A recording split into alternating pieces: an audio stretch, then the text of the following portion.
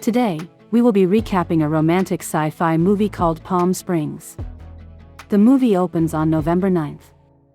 Niles wakes up next to his girlfriend Misty, on the wedding day of Tala and Abe. At the reception, he delivers a seemingly impromptu speech, saving the drunk and unprepared maid of honor Sarah, who is Tala's sister. Niles and Sarah get close at the wedding. Niles also discovers that Misty was cheating on him, and he was about to have sex with Sarah when Niles is abruptly shot in the shoulder with an arrow by an older man named Roy. Wounded, he crawls toward a mysterious amber light in a nearby cave, warning Sarah not to follow. Sarah, who was curious, is then sucked into a vortex in the cave. Sarah wakes up, again on November 9th.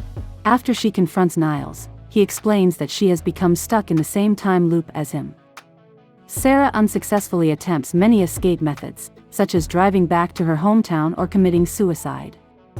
On other days, Niles and Sarah spend the time together, often relaxing in the pool of a nearby home whose owners are away on vacation.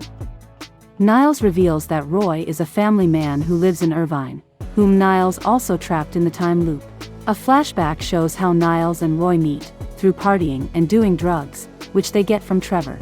Roy had wished that the night would never end, and an inebriated Niles introduced him to the cave. Roy, who was unaware of the time loop, goes in.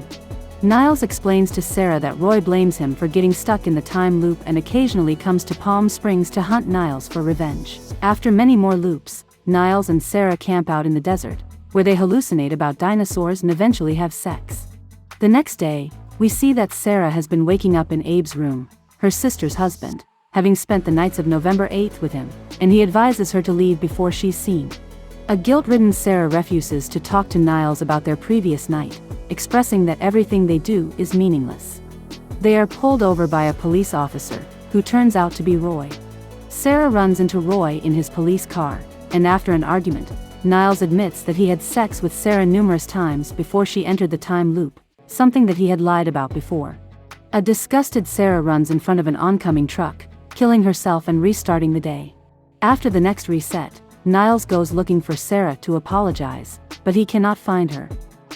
Lying in Abe's bed while the groomsmen take drugs, Niles smells Sarah's hair mist on his pillow and realizes that Sarah and Abe had sex the night before the wedding. He confronts Abe during the wedding, and a fight breaks out between Niles and Abe. Multiple resets later, Niles realizes that he loves Sarah. He travels to Irvine to talk to Roy, who has given up on killing Niles. Roy explains that his life is perfect but also imperfect, as he lives in the perfect day forever, but will never get to see the future or his children grow up. Roy says that they should never speak again, and Niles asks Roy to murder him one last time to jumpstart the reset. The time loops where Sarah was gone are then shown. Sarah confronts Abe over their affair, and both express their regret and remorse. Sarah then resolves to escape the time loop, spending many days in a diner studying quantum physics, general relativity, talking with professors, and finally coming to a solution. She tests her theory by sending a goat into the cave with explosives.